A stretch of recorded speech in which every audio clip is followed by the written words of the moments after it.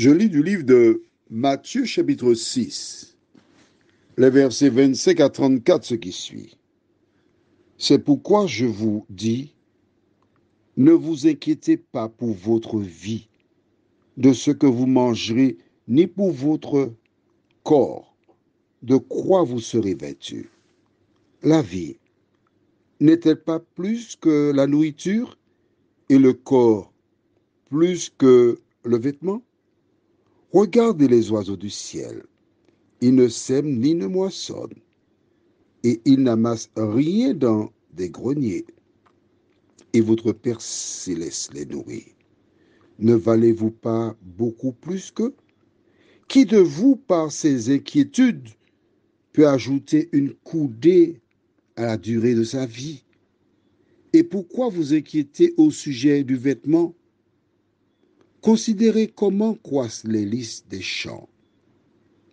Ils ne travaillent ni ne filent. Cependant, je vous dis que Salomon, même dans toute sa gloire, n'a pas été vêtu comme l'un d'eux. Si Dieu revêt ainsi l'herbe des champs, qui existe aujourd'hui et qui demain sera jetée au four, ne vous vêtira-t-il pas à plus forte raison, gens de peu de foi? Ne vous inquiétez donc point, et ne dites pas que mangerons-nous, que boirons-nous, de quoi serons-nous vêtus? Car toutes ces choses, ce sont les païens qui les recherchent. Votre Père céleste sait que vous en avez besoin.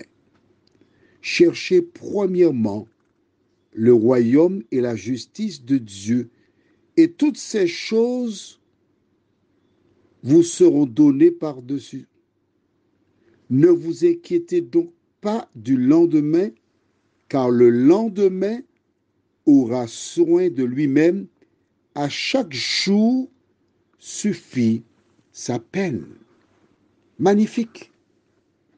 Prions. Notre Seigneur et notre Dieu, combien nous sommes heureux de venir une fois de plus nous restaurer dans ta parole. Merci de nous éclairer, de nous diriger, de nous fortifier. Merci de nous guider et que le Saint-Esprit nous donne cette paix intérieure, nous t'en prions, au nom de Jésus pour ta gloire éternelle. Amen. La femme s'inquiétait. On est d'accord? Pour elle, elle va mourir. Elle a déjà fait son schéma, son projet, comme je l'expliquais dans l'un des WhatsApp précédents. Peut-être qu'elle avait déjà prévu de mettre un terme elle-même à sa vie parce qu'il n'y a rien à manger. Mais à travers son histoire, nous voyons qu'il n'avait aucune raison de s'inquiéter parce que Dieu savait qu'elle était sur le point de ne rien avoir. Et Dieu a suscité en envoyant Élie à son domicile. Dieu connaît tes besoins. Et vois maintenant dans le livre de Matthieu 6, il te dit, ne vous inquiétez de rien, mais en toute chose, faites connaître à Dieu votre besoin. Regarde les oiseaux du ciel, les lys des champs. Dieu s'en occupe. Dieu s'en occupe. Dieu est sur le point de régler ton problème. L'ennemi te propose une solution qui n'est pas la bonne.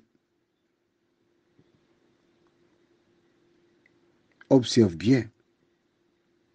Il restait très peu. C'est à ce moment que Dieu a envoyé Élie vers cette femme. Voilà pourquoi il m'envoie aussi vers toi. Prions. Seigneur, nous comprenons aussi à travers le récit du jour, puisque tu dis chercher premièrement le royaume de Dieu et sa justice. Voici pourquoi Élie avait dit à la femme, commence par faire d'abord pour moi et toi ensuite. Seigneur, merci pour ta parole qui nous éclaire. De nous aider à prendre le temps pour la découvrir, afin qu'elle puisse porter du fruit dans nos cœurs et dans nos vies. Aide-nous à ne pas nous inquiéter, mais à chercher avant tout le royaume de Dieu et sa justice. Garde-nous dans ta paix, dans ta grâce, nous t'en prions, au nom de Jésus et pour ta gloire éternelle. Amen. Je te souhaite une bonne journée.